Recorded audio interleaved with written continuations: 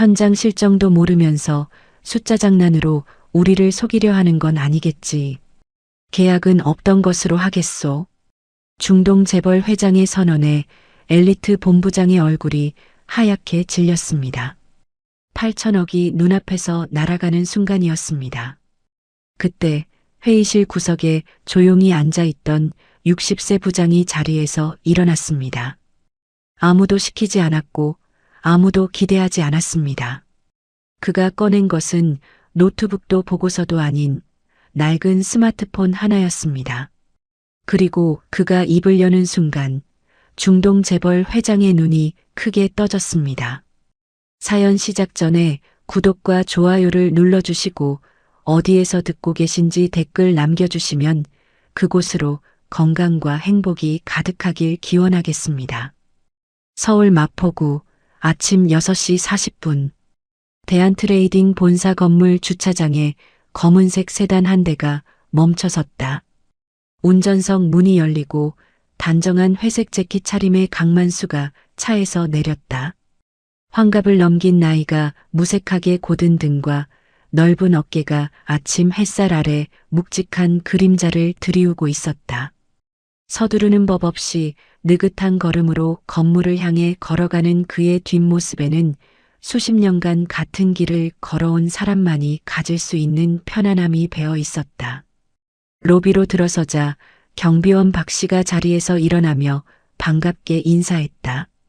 부장님, 오늘도 일찍 오셨네요. 매일 1등이시라니까요. 박 형이 여기 있으니까 제가 일찍 오는 거죠.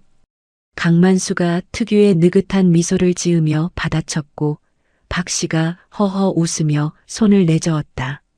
25살의 말단 사원으로 이 건물에 처음 발을 디딘 이후 강만수는 단 한 번도 다른 회사로 눈을 돌린 적이 없었다.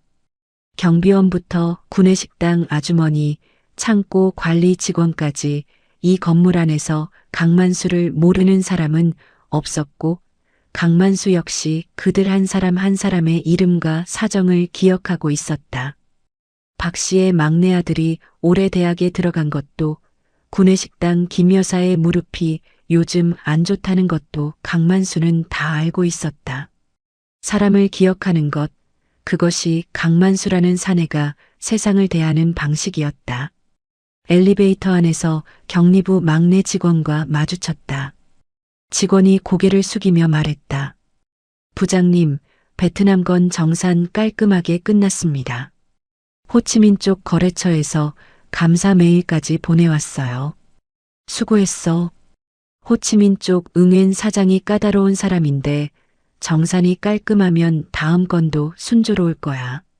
그 양반이 숫자 하나라도 안 맞으면 바로 전화해서 따지는 스타일이거든. 직원이 눈을 동그랗게 뜨며 거래처 사장님 성격까지 아세요? 라고 되물었지만 강만수는 그저 씩 웃기만 했다. 40개국이 넘는 거래처의 담당자 이름과 성격, 가족관계, 심지어 좋아하는 음식까지 기억하는 것이 이 사내의 특기였고 그 하나하나가 수십 년 동안 발로 뛰며 직접 얼굴을 맞대고 쌓아 올린 것들이었다. 해외 영업본부 사무실에 도착한 강만수가 자리에 앉아 가장 먼저 한 일은 컴퓨터를 켜는 것이 아니었다. 주머니에서 스마트폰을 꺼내 왓츠앱 알림부터 확인하는 것, 이것이 매일 아침 그의 첫 번째 루틴이었다. 화면에 밤새 쌓인 메시지들이 줄줄이 올라왔다. 두바이 선사 대리점 대표 무함마드가 보낸 메시지가 맨 위에 떠 있었다. 미스터 강, 이번 주 호르무즈 해협 물동량 좀 심상찮아. 나중에 통화하자. 그 아래로 베트남 호치민 거래처 응웬 사장이 보낸 음성 메시지, 인도네시아 자카르타 포워더가 보낸 실시간 선북 현황표, 터키 이스탄불 에이전트가 보낸 현지 환율 동향까지 쉴 새 없이 알림이 이어지고 있었다. 시차가 다른 나라들에서 보낸 메시지들이 밤새 쌓여 있는 것이다. 누군가는 잠든 시간에도 강만수의 스마트폰 안에서는 전 세계 무역 현장이 24시간 멈추지 않고 돌아가고 있었다. 강만수가 무함마드의 메시지를 열고 아랍어로 음성 메시지를 보냈다. 무함마드, 호르무즈 건 알겠어. 오후에 통화하자. 자세히 얘기해줘. 유창하면서도 힘을 빼지 않는 아랍어였다. 젊은 시절 두바이 항구에서 몸으로 부딪히며 익힌 말이었고 교과서가 아니라 컨테이너 더미 사이에서 선적 서류를 앞에 놓고 현지 사람들과 밥을 먹고 차를 마시며 체득한 언어였다. 수십 년이 지난 지금도 녹슬지 않았고 오히려 세월이 더해질수록 특유의 무게감이 실리는 목소리가 되어 있었다. 이어서 자카르타 포워더에게는 영어로, 응웬 사장에게는 간단한 베트남어 인사말을 섞어 답장을 보냈다. 언어가 바뀔 때마다 강만수의 톤과 표현도 자연스럽게 달라졌는데 거기에는 각 나라 사람들과 오랜 시간 관계를 쌓아온 사람만이 가질 수 있는 감각이 묻어 있었다. 강만수가 메시지를 정리하고 있을 때 옆자리 후배 직원 한 명이 모니터에 화려한 대시보드를 띄워놓고 신이 나서 말을 걸어왔다. 부장님, 이거 보세요. 요즘 나온 AI 시장 분석 툴인데 실시간으로 글로벌 물동량 추이를 그래프로 보여줘요. 여기 이 지표만 보면 어떤 항로가 뜨는지, 어떤 지역이 리스크인지 한눈에 파악돼요. 이제 이런 걸로 시장 분석 다 되는 시대라니까요. 부장님도 한번 배워보세요. 강만수가 화면을 힐끗 들여다보았다. 울긋불긋한 그래프와 수십 개의 지표가 실시간으로 깜빡이고 있었고 화면 한쪽에서는 AI가 자동으로 생성한 리스크 알림이 팝업으로 떠오르고 있었다. 화면만 놓고 보면 대단해 보이기는 했다. 강만수가 고개를 천천히 끄덕이더니 후배를 바라보며 여유로운 미소를 지었다. 그래, 근데 그 AI가 상대방 얼굴 보고 거짓말하는지까지 읽어주더냐? 후배가 할 말을 잃고 멈칫하는 사이 강만수는 이미 스마트폰으로 눈을 돌려 자카르타 포워더에게 답장을 보내기 시작했다. 후배는 멋쩍은 웃음을 흘리며 다시 자기 모니터로 돌아갔지만 강만수가 던진 한마디의 무게를 진짜로 이해하지는 못하고 있었다. 데이터가 보여주는 것은 이미 일어난 일의 기록이지만 사람의 눈빛과 목소리 톤과 악수할 때 손에 실리는 힘에서 읽어내는 정보는 어떤 알고리즘으로도 잡아낼 수 없는 것이었다. 그 차이를 아는 사람과 모르는 사람 사이에는 어떤 기술로도 메울 수 없는 간극이 존재했고 그 간극이야말로 강만수라는 사내의 진짜 무기였다. 화려한 대시보드 앞에서 신이 난 젊은 직원의 모니터와 아무런 꾸밈 없이 스마트폰 하나를 들여다보고 있는 강만수의 뒷모습이 묘한 대비를 이루고 있었다. 사무실 안에서 강만수라는 사내는 그저 조용하고 눈에 띄지 않는 노장 부장일 뿐이었다. 화려한 프레젠테이션을 만들지 않았고 회의에서 목소리를 높이는 법이 없었으며 유행하는 분석 툴에 관심을 보이지도 않았다. 그래서 젊은 직원들 사이에서는 점점 존재감이 희미해지고 있었지만 정작 강만수의 스마트폰 안에서는 전 세계의 항구와 창고와 거래처가 실시간으로 숨을 쉬고 있었다. 그 사실을 아는 사람은 이 사무실 안에 아무도 없었다. 월요일 아침 대한트레이딩 본사 6층 대회의실에 전 직원이 소집되었다. 갑작스러운 전체 회의 소집에 직원들 사이로 술렁임이 퍼졌고 여기저기서 무슨 일이래? 인사 발령인가? 라는 속삭임이 오갔다. 강만수도 사무실에서 내려와 회의실 중간쯤 자리를 잡고 앉았는데 단상 쪽에 낯선 얼굴이 서 있는 것이 눈에 들어왔다.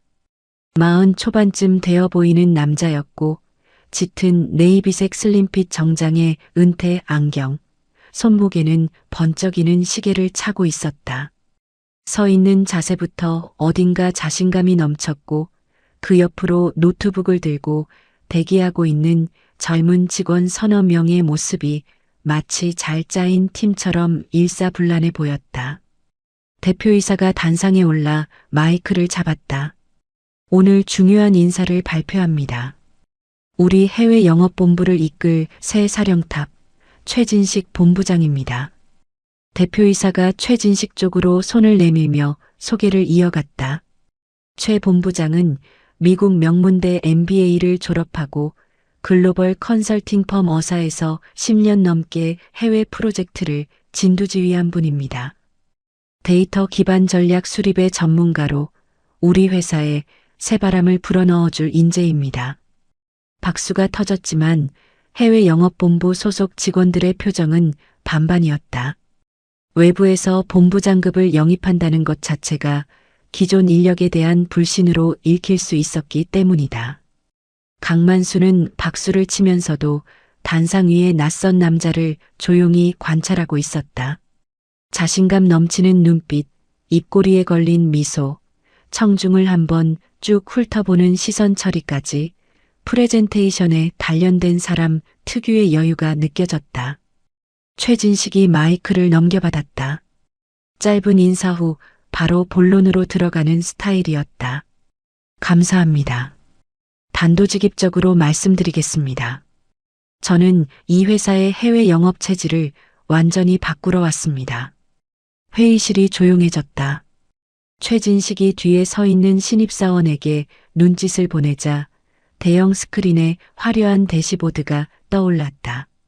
실시간 글로벌 물류 지표, AI 예측 그래프, 인터랙티브 차트가 빼곡히 화면을 채우고 있었다. 앞으로 모든 의사결정은 데이터 기반으로 가겠습니다. 감이나 경험에 의존하는 시대는 끝났습니다. 저와 함께 온 분석팀이 도입할 AI 예측 시스템으로 영업 전략부터 리스크 관리까지 전부 숫자로 움직이는 조직을 만들겠습니다. 과거의 방식에 머물러 있으면 글로벌 경쟁에서 살아남을 수 없습니다. 최진식이 화면을 가리키며 설명을 이어갈 때마다 뒤에 선 신입들이 노트북을 두드리며 보조 자료를 실시간으로 띄워주었다. 세련된 영어 약자와 컨설팅 용어가 쉴 새 없이 튀어나왔고 젊은 직원들 사이에서는 감탄 섞인 시선이 오갔다. 강만수는 조용히 팔짱을 끼고 화면을 바라보았는데 화면 속 숫자들이 대단해 보이기는 했지만 그 숫자 뒤에 어떤 현장이 있는지가 보이지 않는 것이 마음에 걸렸다. 며칠 후 최진식이 부임하고 처음으로 해외 영업본부 실무회의가 열렸다. 최진식이 대형 스크린에 글로벌 물류 트렌드 분석 자료를 띄워놓고 거래처별 전략을 발표하기 시작했다. 동남아, 중동, 유럽 순서로 지역별 데이터를 쏟아내는 최진식의 발표는 속도감 있었고 신입들이 받쳐주는 보조 자료도 빈틈이 없어 보였다. 동남아 파트가 끝나갈 즈음 강만수가 조용히 손을 들었다. 회의실의 시선이 강만수에게 쏠렸다.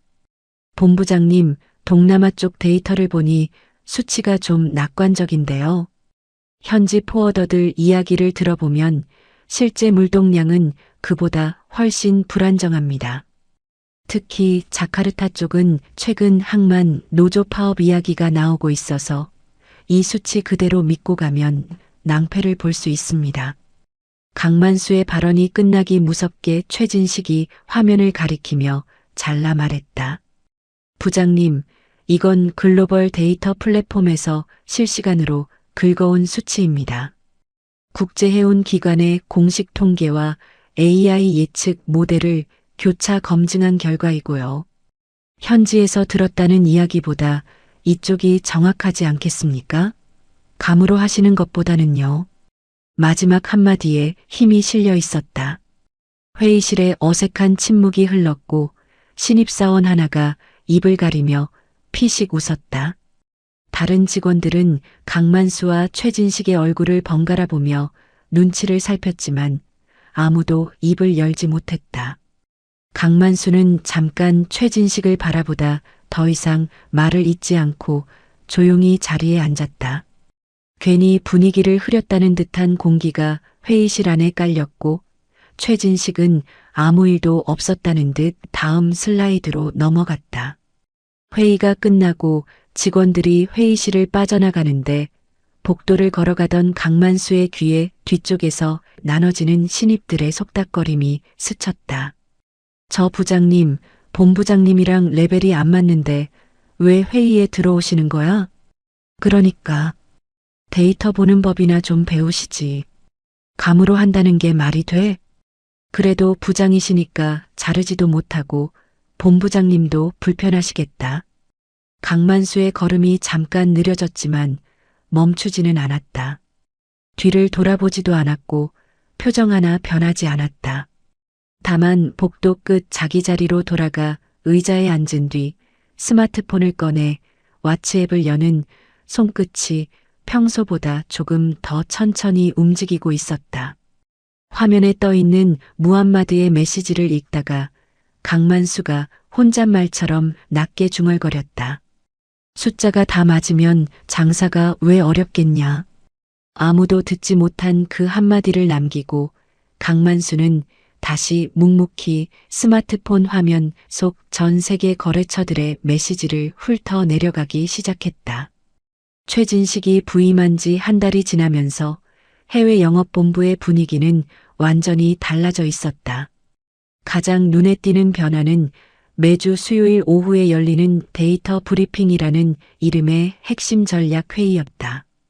최진식이 직접 주재하는 이 회의에는 신입 분석팀은 물론이고 각 지역 담당 팀장들까지 빠짐없이 참석했지만 유독 한 사람의 이름만 참석자 명단에서 빠져 있었다. 강만수 부장이었다. 처음에 강만수는 단순한 실수일 거라고 생각했다.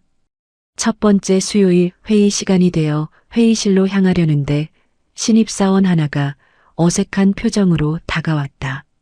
부장님, 오늘 데이터 브리핑은 본부장님이 지정한 인원만 참석하는 거라서요. 강만수가 잠깐 멈칫했지만 고개를 끄덕이고 자리로 돌아갔다. 두 번째 수요일에도 마찬가지였고 세 번째 수요일에는 아예 회의 초대 메일 자체가 오지 않았다. 해외 영업본부에서 가장 오래 근무한 부장이 핵심 전략 회의에서 체계적으로 배제되고 있었지만 최진식은 그 어떤 설명도 하지 않았다.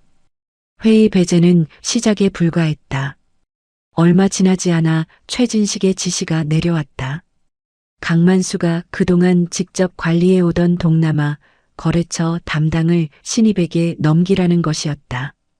강만수가 10년 넘게 공들여 쌓아온 거래처였고 특히 베트남 응웬 사장이나 자카르타 포워더 리잘과는 사적인 신뢰까지 쌓여 있는 관계였다. 최진식이 내세운 명분은 신선한 시각으로 거래처 관계를 리뉴얼하겠다는 것이었지만 누가 봐도 강만수의 손에서 일을 하나씩 빼앗는 수순이었다. 강만수는 아무 말 없이 담당 파일을 정리해서 신입에게 넘겨주었고 다만 넘겨주면서 응웬 사장은 첫 미팅 때 절대 가격 이야기부터 꺼내면 안 돼. 가족 안부부터 물어봐라고 한마디 덧붙였는데 신입은 건성으로 고개를 끄덕이며 파일만 받아갔다. 신입들의 태도는 날이 갈수록 노골적으로 변했다. 최진식이 강만수를 대하는 방식을 보고 배운 것인지 젊은 사원들 사이에서 강만수를 가볍게 여기는 분위기가 은연중에 퍼져 있었다. 강만수가 공용 프린터 앞에서 서류를 정리하고 있으면 뒤쪽 복사기 앞에 모여 선 신입들 사이에서 수군거리는 소리가 들려왔다. 데이터 리포트 하나 못 만드는 분이 부장이라니 신기하지 않아? 옛날에는 그런 식으로도 됐나 보지. 요즘은 어림도 없는데. 본부장님이 빨리 정리하시면 좋겠다. 앉아 계시기만 하니까 오히려 팀 분위기만 어색해져. 강만수가 고개를 돌리면 입을 다물었고 돌아서면 다시 킥킥거렸다.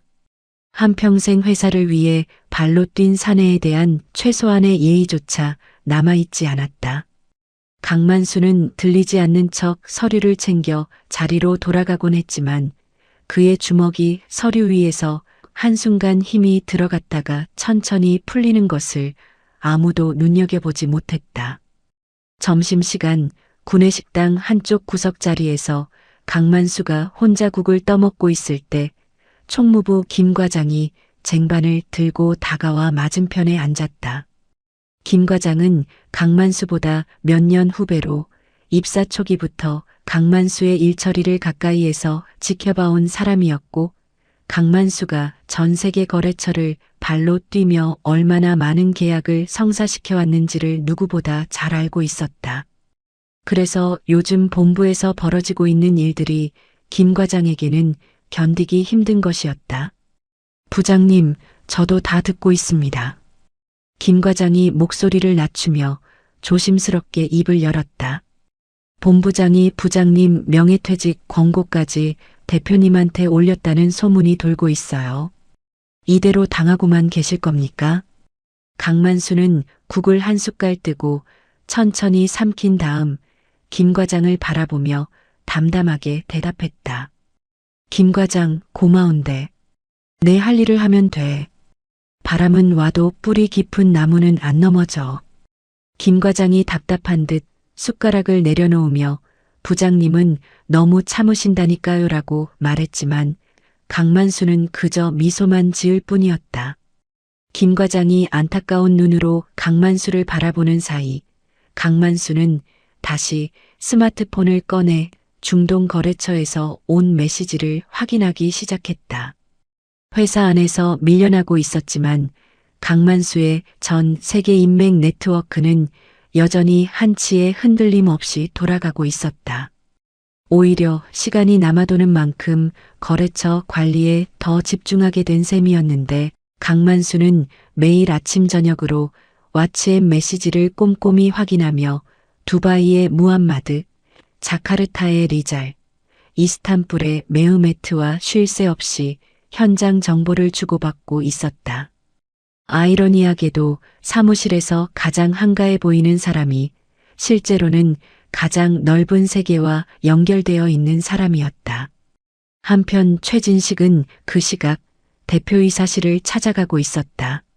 노크 후 문을 열고 들어선 최진식이 단도직입적으로 말을 꺼냈다. 대표님, 강만수 부장 건으로 말씀드리겠습니다. 강만수 부장은 디지털 전환 시대에 맞지 않습니다. 데이터 기반 의사결정 체계를 도입하려면 조직의 체질이 바뀌어야 하는데 과거 방식에 머물러 있는 인력이 변화의 발목을 잡고 있습니다. 조직의 효율을 위해 명예퇴직을 권고하는 것이 맞다고 봅니다. 최진식이 준비해온 서류를 대표이사 책상 위에 올려놓았다. 강만수의 최근 업무 실적, 디지털 역량 평가, 조직 효율 분석까지 깔끔하게 정리된 보고서였다. 숫자로 포장하면 무엇이든 합리적으로 보이게 만드는 것이 최진식의 특기였고 이 서류도 마찬가지였다. 대표이사가 서류를 천천히 넘기며 읽어보더니 한참 만에 고개를 들어 최진식을 바라보았다. 최 본부장, 강 부장이 이 회사에서 어떤 역할을 해왔는지 자네가 다 아는 건 아닐 거야. 대표님, 과거의 공로는 인정합니다만 지금은 좀 더 지켜보지. 대표이사가 짧게 잘라 말했고 그 한마디에 더 이상의 논의는 없다는 뜻이 담겨 있었다. 최진식은 입을 다물었지만 불만스러운 표정을 감추지 못한 채 대표이사실을 나섰다. 복도를 걸어가는 최진식의 입가에 씁쓸한 미소가 떠올랐다가 사라졌는데 그 뒤통수에서는 이미 다음 수를 계산하고 있는 듯한 차가운 기운이 감돌고 있었다. 대한트레이딩 전체가 긴장에 휩싸인 것은 본사 임원회의에서 대표이사가 직접 한마디를 꺼내면서부터였다. 중동 전역에 이름을 떨치는 알-라시드 그룹이 한국 기업과의 대규모 독점 납품 계약을 추진 중이라는 정보가 들어온 것이다. 알-라시드 그룹은 건설, 에너지, 물류를 아우르는 중동의 초대형 복합 재벌로 중동 전역의 인프라 프로젝트를 좌지우지하는 공룡 같은 존재였다. 그런 그룹이 한국 기업의 독점 납품 파트너를 찾고 있다는 것은 한번 계약이 성사되면 수년간 안정적인 매출이 보장된다는 뜻이었다. 계약 규모는 8천억 원. 대한트레이딩의 연간 매출을 단숨에 2배로 끌어올릴 수 있는 초대형 딜이었다. 소식이 전해지자마자 최진식이 움직였다. 대표이사실에 직접 찾아가 자리에 앉기가 무섭게 입을 열었다. 대표님, 이번 알라시드 건은 제가 직접 진두지휘하겠습니다. 우리 분석팀이 개발한 AI 예측 모델이면 알라시드 측을 반드시 설득할 수 있습니다. 이 계약은 데이터로 승부를 봐야 합니다. 최진식의 눈빛에는 자신만만함이 가득했다. 부임 이후 자신의 능력을 증명할 기회를 기다려왔다는 듯한 표정이었고, 이 8천억짜리 계약이야말로 자신의 커리어를 완성할 최고의 무대가 될 것이라는 확신이 목소리에 실려 있었다. 대표이사가 고개를 끄덕이며 잘 부탁하네라고 답했고, 최진식은 곧바로 프로젝트 팀을 꾸렸다. 참석자 명단에 강만수의 이름은 당연히 없었다. 그날부터 해외 영업본부의 분위기가 완전히 바뀌었다.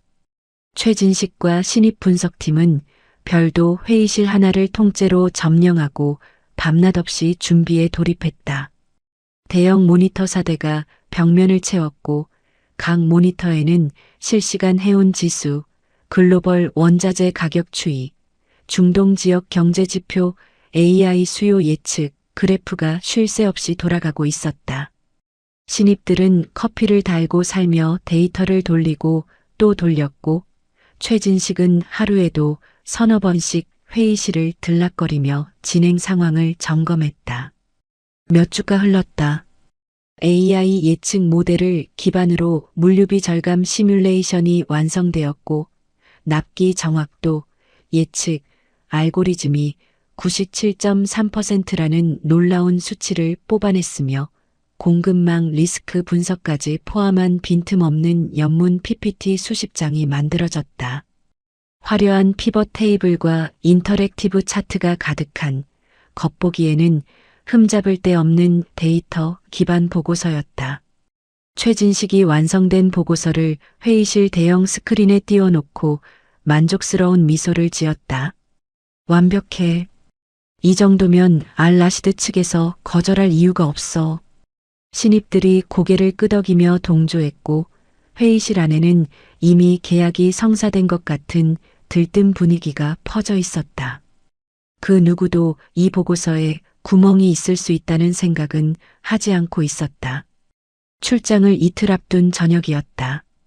대부분의 직원이 퇴근한 사무실에서 강만수가 스마트폰을 내려놓고 자리에서 일어섰다. 최진식의 자리 쪽으로 걸어가는 강만수의 표정은 평소와 다를 것 없이 담담했지만 걸음에는 어딘가 단호한 무게가 실려 있었다. 최진식 본부장님, 잠깐 시간 좀 내주시겠습니까? 최진식이 노트북에서 눈을 떼지 않은 채 귀찮다는 듯 고개를 들었다. 강만수가 맞은편 의자를 당겨 앉으며 말을 이었다. 중동 쪽 물류 상황이 심상찮습니다. 제 현지 사람들한테 들은 이야기가 있는데요. 호르무즈 해협 일대의 지정학적 긴장이 고조되면서 주요 선사들이 항로 우회를 검토하고 있다고 합니다. 이미 일부 선사는 우회 항로로 전환했고 채설료도 슬슬 올라가는 분위기입니다. 보고서에 이 부분이 반영돼 있는지 모르겠는데 안 돼 있으면 지금이라도 넣어 놓으시는 게 좋을 겁니다. 강만수의 말투는 조언하는 선배의 톤이었지 따지거나 으스대는 기색은 전혀 없었다. 하지만 최진식의 반응은 차가웠다. 모니터에서 눈을 떼고 강만수를 정면으로 바라보더니 입꼬리를 살짝 올리며 코웃음 섞인 목소리로 대답했다. 강만수 부장님, 데이터에 없는 이야기는 루머일 뿐입니다. 저희 AI 모델은 글로벌 해운 지수는 물론이고 지정학적 리스크 변수까지 실시간으로 반영합니다. 현지에서 들었다는 감 같은 이야기로 8천억짜리 보고서를 흔들 수는 없습니다. 부장님도 이제 데이터를 신뢰하시는 게 좋을 것 같습니다. 강만수는 한동안 최진식의 눈을 바라보았다. 자신감에 가득 찬 그 눈빛 속에 현장의 냄새를 맡아본 적 없는 사람 특유의 위험한 확신이 들어 있다는 것을 강만수는 읽을 수 있었다. 하지만 더 이상 말을 이어봤자 부딪히기만 할 것이라는 것도 알고 있었기에 묵묵히 고개를 끄덕이고 자리에서 일어났다. 자기 자리로 돌아간 강만수가 조용히 스마트폰을 꺼냈다. 와치앱을 열고 두바이 현지 선사 대리점 대표 무함마드에게 아랍어로 메시지를 보내기 시작했다. 무함마드, 대체 항로 선복건으로 내일 통화하자. 아마 곧 필요할 거야. 보내고 나서 잠깐 화면을 들여다보던 강만수의 입가에 씁쓸한 미소가 스쳤다가 사라졌다. 무함마드의 답장은 금방 왔다. 알겠어, 미스터 강. 내일 오전에 전화할게. 선복 상황 정리해 둘게. 강만수는 고개를 끄덕이며 스마트폰을 주머니에 넣었다. 회사 안에서는 아무런 힘도 없는 밀련한 부장이었지만 강만수의 손끝에서 시작된 한 통의 메시지가 수천 킬로미터 떨어진 두바이의 현장을 움직이고 있었다. 아직 최진식을 포함해 이 회사의 그 누구도 그 사실을 알지 못했다. 출장 전날 대표이사가 최진식을 불렀다. 출장 참석자 명단을 확인하기 위해서였다. 최진식이 깔끔하게 정리된 명단을 내밀었고 대표이사가 이름들을 천천히 훑어 내려갔다. 그러다 펜을 들어 명단 맨 아래에 한 줄을 직접 추가했다. 강만수 부장도 넣어. 최진식의 표정이 순간적으로 굳어졌다. 대표님, 이번 거는 저희 팀이 완벽하게 준비했습니다. 강만수 부장님까지 가실 필요는. 대표이사가 고개를 들어 최진식을 바라보았다. 조용하지만 단호한 눈빛이었다. 중동 쪽이면 강만수 부장만큼 현지 사정하는 사람이 이 회사에 없어. 만일을 위해서라도 데려가. 이건 지시야. 이건 지시야라는 마지막 한마디에 더 이상의 반론은 허용되지 않는다는 무게가 실려 있었다. 최진식은 이를 악물었지만 대표이사의 직접 지시를 거역할 수는 없었다. 대표이사실을 나서는 최진식의 걸음이 평소보다 빨랐고 복도를 걸어가는 그의 턱선에는 굳은 불만이 선명하게 새겨져 있었다. 머릿속으로는 이미 강만수에게 할 말을 정리하고 있었다. 데려가기는 하되 절대로 발언권은 주지 않겠다는 계산이었다. 그날 저녁 강만수의 책상 위에 출장 일정 메일이 도착했다. 강만수가 메일을 열어보고 조용히 고개를 끄덕였다. 아무런 표정 변화도 없었지만 스마트폰을 꺼내 와치앱 메시지 목록을 한번 쭉 훑어보는 그의 눈빛에는 평소와는 다른 단단하게 가라앉은 무언가가 깔려 있었다. 중동 아부다비. 사막의 뜨거운 공기가 활주로 위에서 아지랑이처럼 일렁이고 있었다. 공항을 빠져나온 최진식 일행이 검은색 대형 SUV 3대에 나눠 타고 시내로 향했다. 최진식이 맨 앞차에, 신입사원 3명이 두 번째 차에, 그리고 강만수가 홀로 세 번째 차 뒷좌석에 앉아 있었다. 출발 전 공항 게이트에서 최진식이 강만수에게 못을 박아두었던 말이 아직 귀에 남아 있었다. 강만수 부장님은 뒤에 조용히 앉아 계시면 됩니다. 발언은 삼가 주십시오. 이번 프레젠테이션은 저희 팀이 전부 준비한 겁니다. 강만수는 아무 말 없이 고개를 끄덕였다. 차창 밖으로 아부다비의 스카이라인이 펼쳐지고 있었고 사막 위에 솟아오른 초고층 빌딩들이 햇살을 받아 유리처럼 반짝이고 있었다. 강만수는 그 풍경을 조용히 바라보면서 주머니 속 스마트폰의 와치앱 알림을 손끝으로 확인했다. 무함마드가 보낸 마지막 메시지가 화면에 떠 있었다. 미스터 강, 대체 항로 선복 계약서 최종 확인 완료했습니다. 언제든 쓸 수 있게 준비해뒀습니다. 강만수가 짧게 답장을 보냈다. 고맙다, 무함마드. 그리고 스마트폰을 다시 주머니에 넣었다. 알 라시드 그룹 본사는 아부다비 중심부의 초고층 복합빌딩 최상층에 자리 잡고 있었다. 전용 엘리베이터를 타고 올라간 꼭대기층 회의실은 바닥부터 천장까지 유리창으로 둘러싸여 있었고 창 너머로 끝없이 펼쳐진 페르시아만의 푸른 바다가 한눈에 들어왔다. 넓은 원목 테이블 한쪽에 알 라시드 그룹의 회장 아흐메드 알 라시드와 그의 참모진 5명이 이미 자리를 잡고 앉아 있었다. 아흐메드 회장은 환갑을 넘긴 나이에도 다부진 체격과 날카로운 눈빛을 유지하고 있었고 흰색 전통 복장 위에 걸친 금실 자수가 그의 지위를 말없이 보여주고 있었다. 최진식이 앞쪽 좌석에 자리를 잡았고 신입사원들이 양쪽으로 노트북을 펼치며 대기했다. 강만수는 회의실 맨 구석 뒷자리에 조용히 앉았다. 아흐메드 회장의 시선이 잠깐 강만수 쪽을 스치고 지나갔지만 특별한 반응은 없었다. 최진식이 자리에서 일어나 리모컨을 들었다. 대형 스크린에 화려한 영문 PPT 첫 장이 떠올랐다.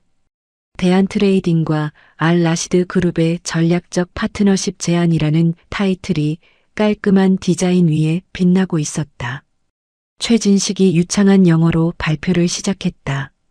회장님, 오늘 저희가 준비한 것은 데이터에 기반한 완벽한 파트너십 전략입니다. 슬라이드가 넘어갈 때마다 화려한 그래프와 차트가 쏟아졌다.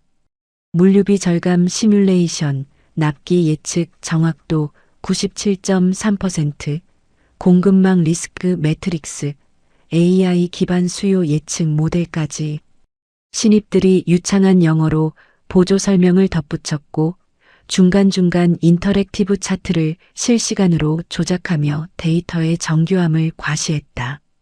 겉보기에는 빈틈없는 발표였고 최진식의 목소리에는 자신감이 넘쳤다. 하지만 발표가 중반을 넘어가면서 아흐메드 회장의 표정이 서서히 변하기 시작했다. 처음에는 관심을 보이며 고개를 끄덕이던 회장의 눈빛이 점점 차가워지고 있었다. 입가에 떠있던 미소가 사라졌고 오른손 검지로 테이블 표면을 톡 두드리기 시작했다.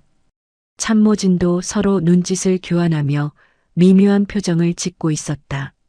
최진식은 스크린에만 집중한 채 그 변화를 전혀 눈치채지 못하고 있었고 신입들 역시 자기 노트북 화면에만 시선을 받고 있었다. 뒷자리에 앉은 강만수만이 아흐메드 회장의 손가락 움직임과 눈빛 변화를 조용히 읽고 있었다. 물류비 절감 슬라이드가 화면에 뜨는 순간이었다. 아흐메드 회장이 오른손을 천천히 들어 올렸다. 최진식의 발표가 멈추었고 회의실에 무거운 정적이 내려앉았다. 아흐메드가 낮고 무거운 목소리로 입을 열었다. 최 본부장, 이 물류비 산출 근거에 최근 호르무즈 해협의 지정학적 리스크가 반영되어 있어? 최진식이 순간 당황했지만 빠르게 표정을 추슬러 대답했다. 회장님, 저희 AI 모델은 글로벌 해운 지수를 실시간으로 반영하고 있습니다. 지정학적 리스크 변수도 당연히 포함되어 있습니다. 아흐메드의 눈이 더 차가워졌다. 테이블을 두드리던 손가락이 멈추었고 의자 등받이에 몸을 천천히 기대며 최진식을 정면으로 바라보았다. 실시간이라고 했소? 그런데 지금 이 해역에서 주요 선사 3곳이 항로를 우회하면서 채선료가 40% 이상 폭등한 건 반영되지 않은 것 같소? 이건 현장에서는 2주 전부터 상식인데 당신들의 훌륭한 AI는 그걸 모른다는 말이요? 회의실의 공기가 얼어붙었다. 최진식의 얼굴에서 핏기가 빠지기 시작했고 신입들이 당황하며 노트북 키보드를 두드리기 시작했다. 데이터를 다시 확인하려는 것이었지만 이미 완성된 보고서에 없는 정보를 그 자리에서 찾아낼 수 있을 리 없었다. 한 신입이 떨리는 손으로 해운 지수 사이트를 열었지만 아흐메드가 지적한 현장의 실시간 변수는 어떤 데이터 플랫폼에도 아직 공식 수치로 잡히지 않는 종류의 정보였다. 현장에 있는 사람만이, 현지 선사와 직접 소통하는 사람만이 알 수 있는 것이었다. 아흐메드 회장이 의자 등받이에서 몸을 일으키며 결정타를 날렸다. 현장 실정도 모르면서 숫자 장난으로 우리를 속이려 하는 건 아니겠지. 이런 허술한 보고서를 들고 온 회사와 8천억을 거래할 수는 없소. 계약은 없던 것으로 하겠소. 최진식이 벌떡 일어서며 다급하게 말했다. 회장님, 잠깐만 기다려 주십시오. 데이터를 다시 확인하겠습니다. 이 부분은 저희가 즉시 보완할 수 있습니다. 하지만 목소리가 떨리고 있었고 손끝이 미세하게 흔들리고 있었다. 아흐메드는 이미 최진식에게서 시선을 거두고 옆에 앉은 참모에게 아랍어로 뭔가를 말했다. 참모가 고개를 끄덕이며 서류를 정리하기 시작했다. 회의를 끝내겠다는 신호였다. 신입들은 노트북 화면만 멍하니 들여다보며 어떤 대안도 내놓지 못하고 얼어붙어 있었다. 아흐메드 회장이 자리에서 일어서려 했다. 8천억짜리 계약이 그리고 대한 트레이딩의 미래가 눈앞에서 무너져 내리는 순간이었다. 아흐메드 회장이 의자에서 몸을 일으키려는 바로 그 순간이었다. 회의실 맨 뒷자리에서 묵직한 목소리가 울려 퍼졌다. 회장님, 조용하지만 단단한 한마디였다. 회의실 안의 모든 시선이 일제히 뒤를 돌아보았다. 강만수가 천천히 자리에서 일어서고 있었다. 재킷 단추를 하나 풀고 여유로운 걸음으로 걸어 나왔다. 서두르지 않았다. 당황하지도 않았다. 수십 년간 전 세계 무역 현장을 누빈 사내의 발걸음에는 흔들림이라는 것이 없었다. 회의실에 앉아 있는 모든 사람의 시선이 강만수의 등을 따라 움직였지만 강만수는 그 시선들을 의식하는 기색조차 없이 묵묵히 앞으로 나아갔다. 최진식의 노트북 앞에 선 강만수가 아무 말 없이 노트북 화면을 조용히 덮어버렸다. 최진식이 뭐 하시는 겁니까? 라고 항의하려는 듯 입을 벌렸지만 강만수가 돌아본 눈빛에 말문이 막혔다. 화를 내는 것도 아니었고 위협하는 것도 아니었다.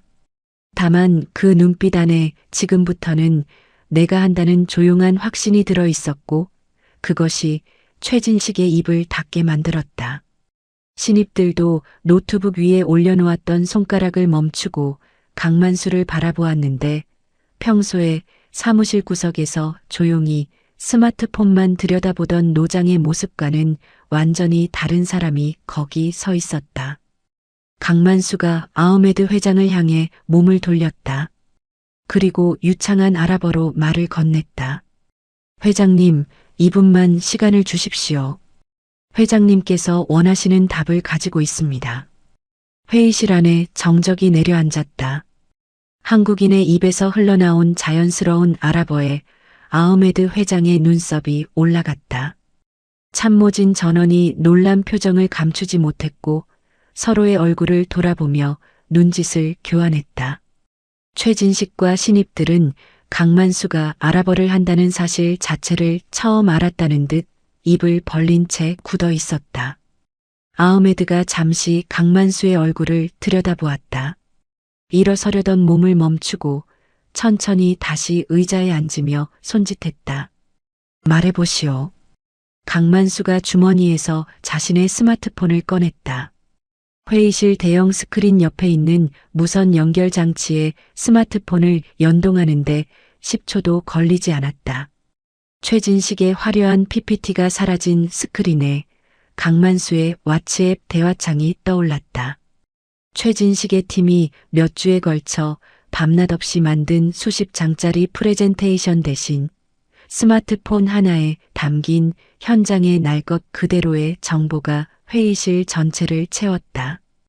화려한 그래프도 없었고 인터랙티브 차트도 없었다.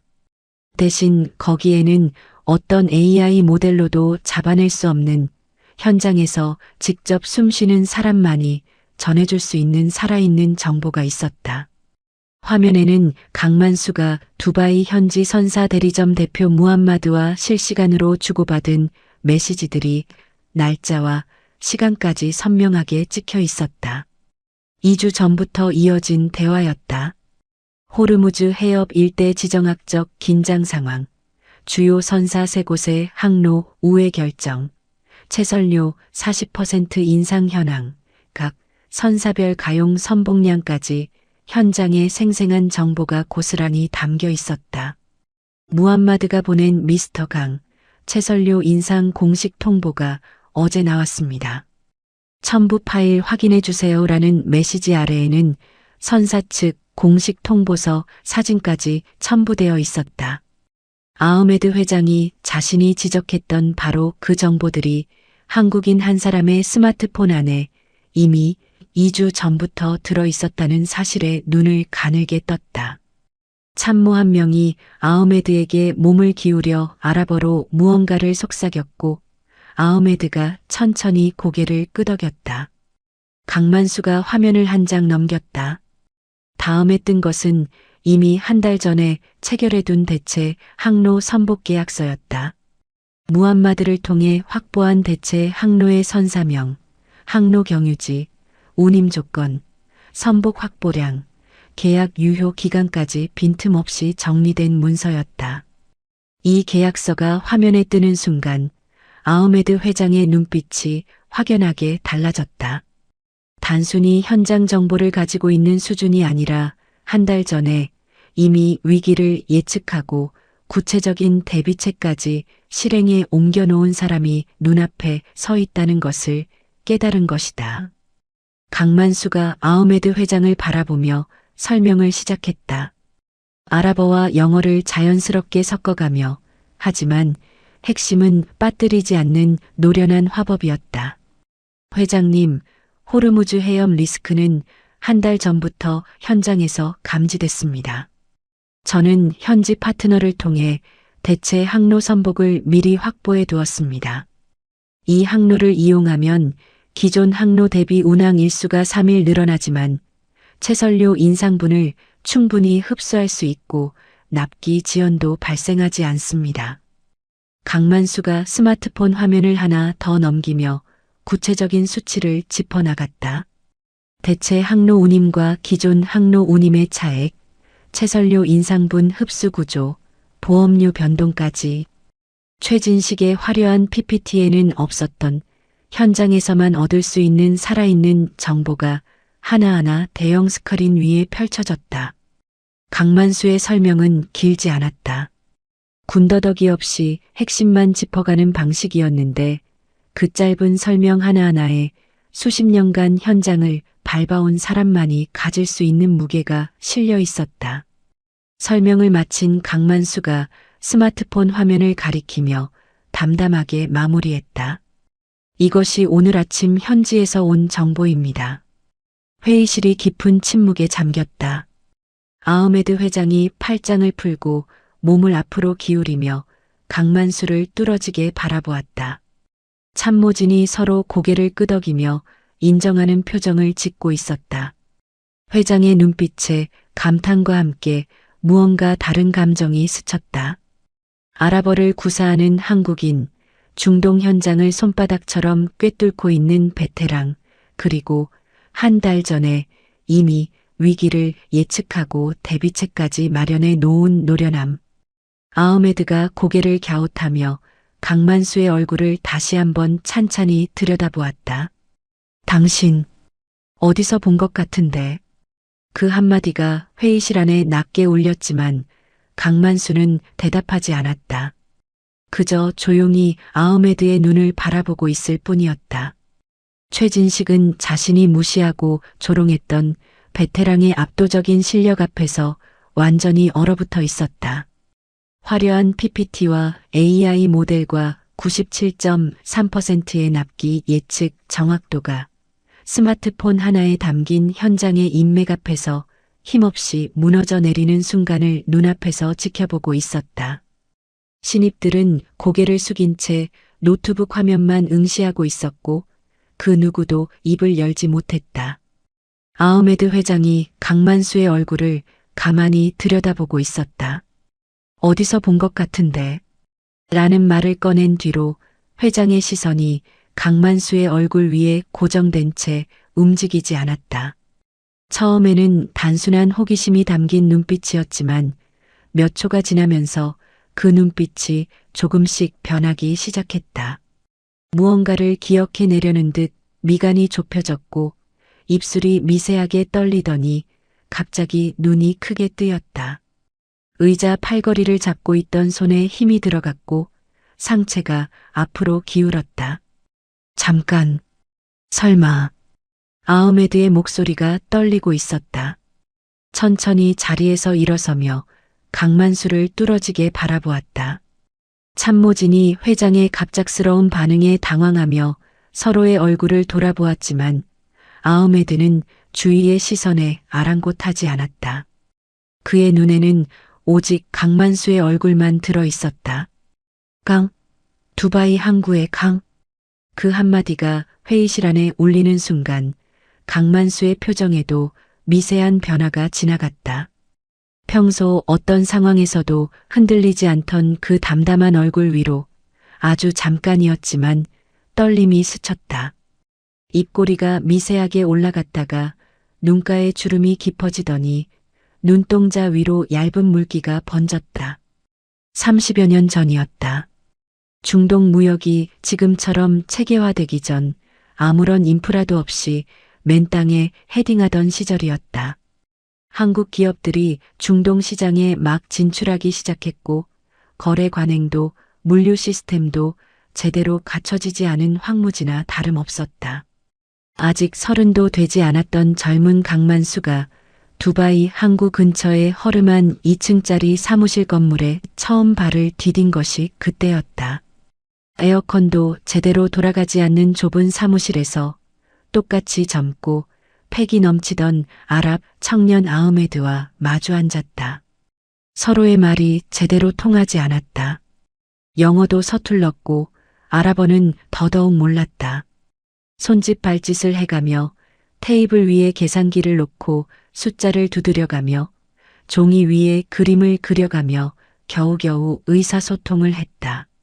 그렇게 며칠을 씨름한 끝에 첫 번째 딜이 성사되었고 그날 밤 두 사람은 항구 옆 허름한 식당에서 양고기를 뜯으며 서로의 이름을 다시 한번 확인했다. 나는 강이야. 나는 아흐메드. 말이 통하지 않아도 신뢰는 통했고 숫자가 맞지 않아도 의리는 맞았다.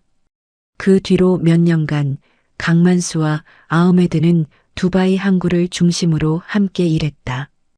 컨테이너 위에 나란히 앉아 사막 너머로 지는 해를 바라보며 땀을 닦았고 거래가 터질 뻔한 위기 상황에서는 서로의 등을 밀어주며 버텼다.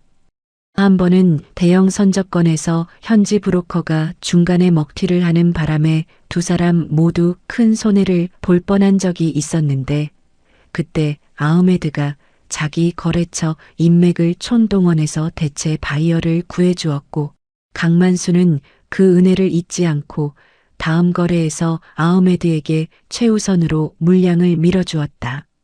말로 약속한 적은 없었지만 둘 사이에는 이 사람은 절대 뒤통수를 치지 않는다는 무언의 확신이 있었고 그것이 어떤 계약서보다 단단한 신뢰의 근거였다. 강만수의 아랍어가 조금씩 늘어간 것도 그 시절이었다. 교실이 아니라 항구의 먼지 속에서 선적 서류를 사이에 놓고 현지 인부들과 어울리며 몸으로 익힌 언어였다. 아흐메드는 강만수에게 아랍 상인들의 거래 문화를 가르쳐 주었고 강만수는 아흐메드에게 한국식 끈기와 꼼꼼한 계산법을 전해 주었다.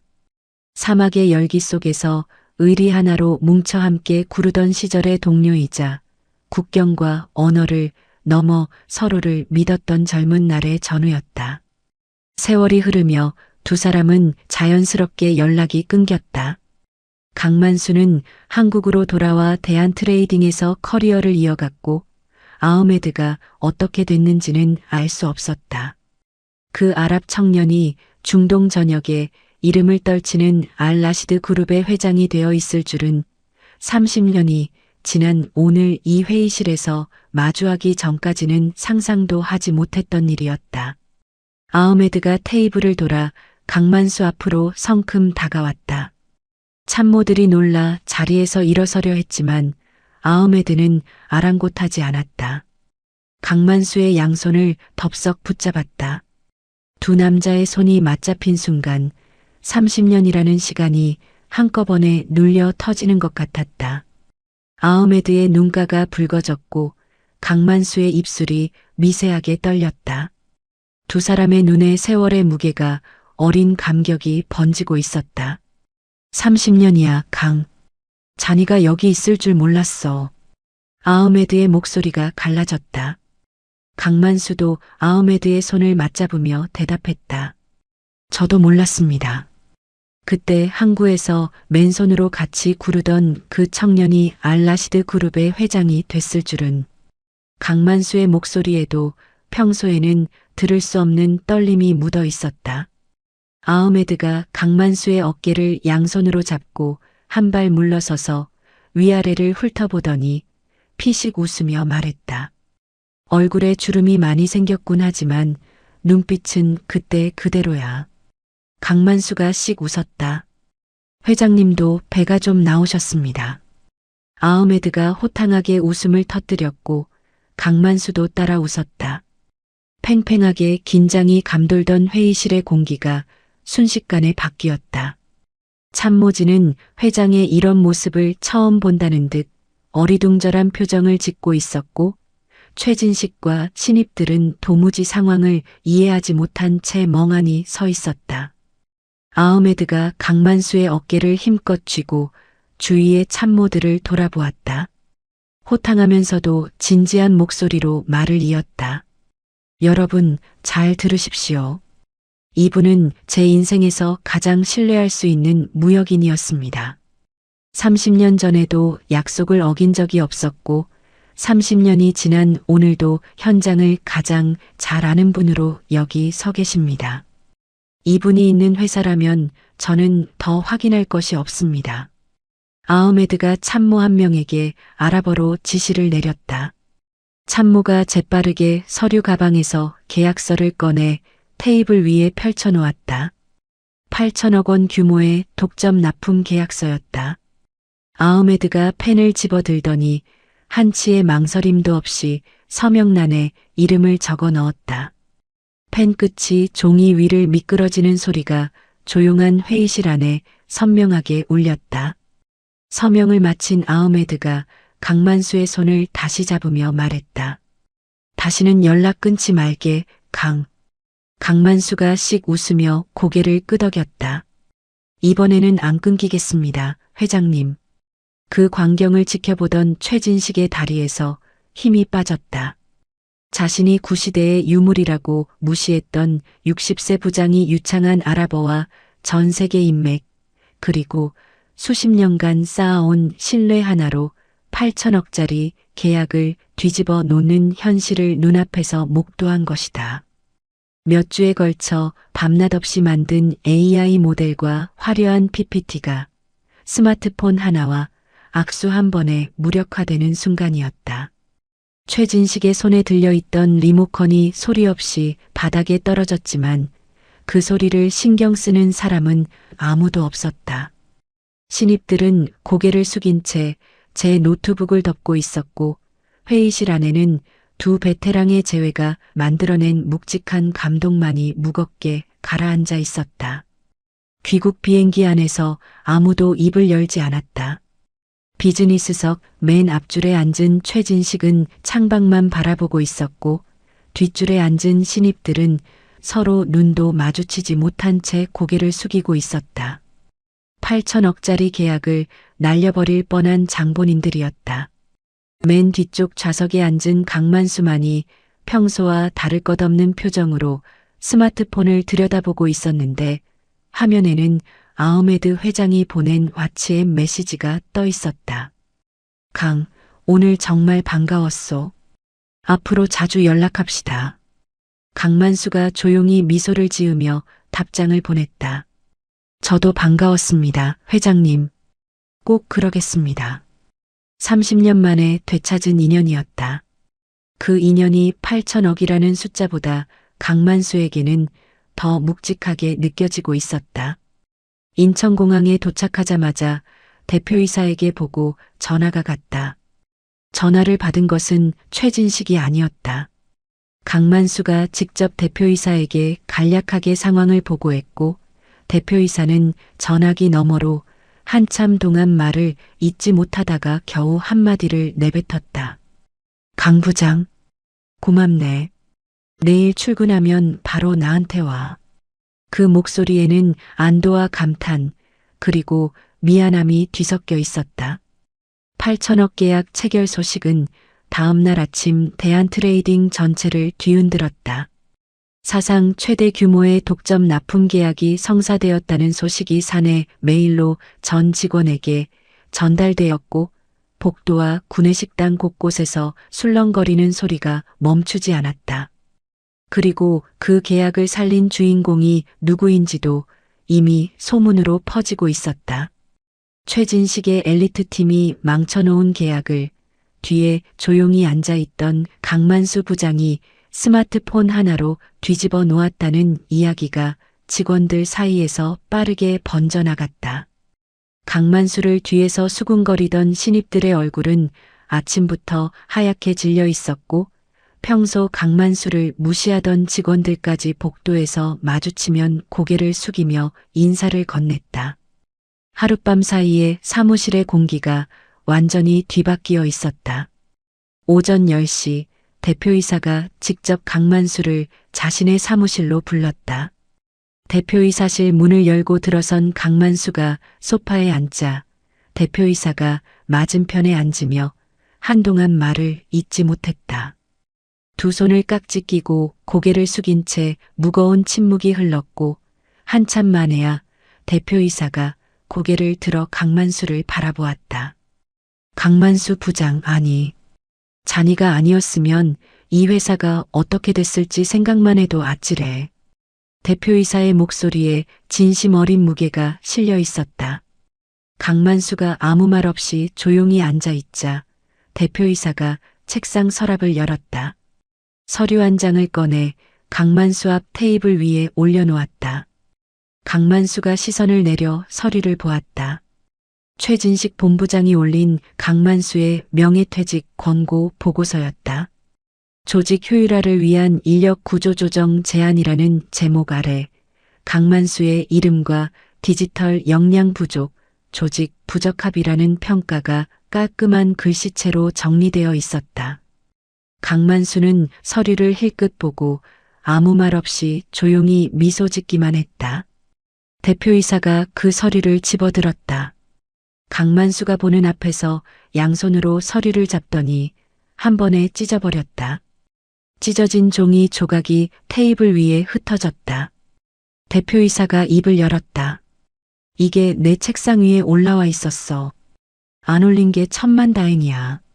진작 자네 말을 더 귀담아 들었어야 했는데 내가 부족했어. 강만수가 고개를 살짝 숙이며 대답했다. 아닙니다, 대표님. 저는 제 할 일을 했을 뿐입니다. 대표이사가 자리에서 일어나며 강만수의 손을 잡았다. 그 악수에는 감사와 사과 그리고 앞으로의 신뢰가 함께 담겨 있었다. 오후 2시 전체 임직원이 본사 1층 강당에 소집되었다. 갑작스러운 전체 소집에 직원들이 웅성거리는 가운데 대표이사가 단상에 올라 마이크를 잡았다. 오늘 중대한 인사를 발표합니다. 강당이 조용해졌다. 대표이사가 잠시 직원들을 둘러보더니 말을 이었다. 이번 알-라시드 그룹과의 8천억 독점 납품 계약은 우리 회사 역사상 최대 규모의 성과입니다. 그리고 이 계약을 성사시킨 분이 바로 여러분 곁에 계십니다. 강만수 부장을 해외 영업 총괄 상무로 임명합니다. 강당에 박수가 터져 나왔다. 처음에는 어색하게 시작된 박수가 순식간에 강당 전체로 퍼져나갔고 강만수가 묵묵히 자리에서 일어나 단상을 향해 걸어가자 박수 소리가 한층 더 커졌다. 수십 년간 묵묵히 이 회사를 지켜온 베테랑에 대한 존경과 뒤늦게나마 그 가치를 인정받았다는 데 대한 감동이 강당 안을 가득 채우고 있었다. 강당 뒤쪽에 서 있던 총무부 김 과장이 눈시울을 붉히며 누구보다 크게 박수를 치고 있었다. 옆에 서 있던 직원이 김 과장님, 왜 우세요? 라고 물었지만 김 과장은 대답 대신 박수만 계속 쳤다. 구내식당에서 부장님은 너무 참으신다며 답답해하던 그날이 떠올랐고 바람은 와도 뿌리 깊은 나무는 안 넘어져라고 담담하게 대답하던 강만수의 미소가 떠올랐다. 그 말이 빈말이 아니었다는 것을 이제야 온 회사가 확인하고 있었다. 인사 발표가 끝나고 직원들이 강당을 빠져나간 뒤 최진식이 강만수를 찾아왔다. 본부 복도 한쪽 사람이 없는 창가 앞에서 최진식이 강만수 앞에 섰다. 최진식의 고개가 깊이 숙여졌다. 한동안 말이 나오지 않는 듯 입술이 떨렸고 겨우 목소리를 짜냈을 때는 이미 그 안에 후회와 수치가 짙게 묻어 있었다. 강만수 부장님, 아니 상무님. 제가 무지했습니다. 데이터만 믿고 현장을 무시한 게, 상무님의 경험을 무시한 게 정말 죄송합니다. 뒤따라온 신입사원들도 하나둘 고개를 숙였다. 상무님 죄송했습니다. 그동안 뒤에서 수군거리고 킥킥거리던 얼굴들이었다. 데이터 리포트 하나 못 만드는 분이 부장이라니 라고 말하던 입들이었다. 그 입들이 이제 고개를 숙이고 사죄하고 있었다. 강만수가 최진식의 어깨를 가볍게 두드렸다. 원망도 없었고 분노도 없었다. 특유의 담담한 미소가 입가에 떠올랐다. 데이터가 나쁜 게 아닙니다. 오히려 좋은 무기지.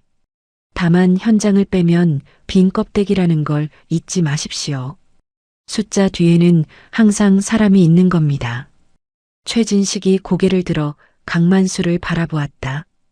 처음으로 이 베테랑의 진짜 무게가 보였다. 화려한 PPT도 97.3%의 예측 정확도도 AI 모델도 대체할 수 없는 것이 있다는 것을, 그것은 사람이었고 현장이었고 시간이 만들어낸 신뢰였다는 것을, 최진식은 그것을 인정하는 것이 자존심의 문제가 아니라 생존의 문제라는 것을 이제야 깨닫고 있었다. 강만수가 자리로 돌아가 의자에 앉았다. 창밖으로 저녁 노을이 번지기 시작하고 있었다.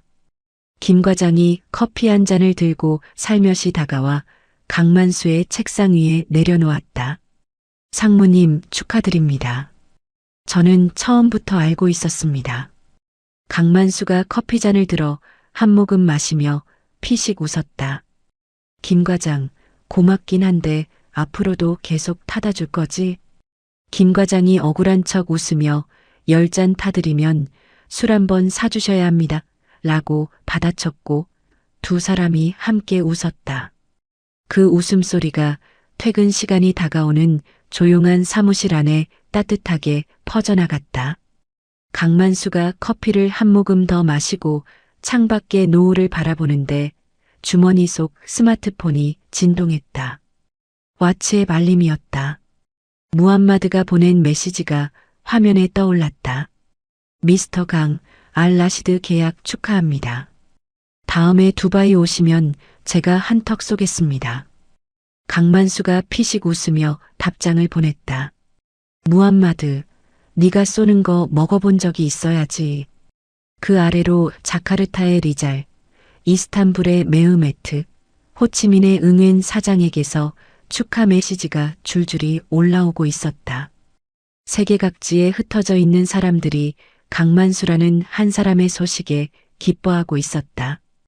이 스마트폰 하나에 담긴 인맥, 수십 년에 걸쳐 발로 뛰며 쌓아 올린 인간관계, 어떤 AI도 어떤 데이터도 대체할 수 없는 신뢰의 네트워크. 그것이 강만수라는 사내의 진짜 무기였고, 이 회사가 지금까지 성장해 올 수 있었던 보이지 않는 뿌리였다.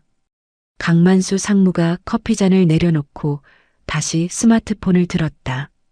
전 세계에서 날아오는 메시지에 하나하나 답장을 보내기 시작하는 그의 뒷모습 너머로 창밖의 노을이 서울 하늘 위에 길고 붉게 번지고 있었다.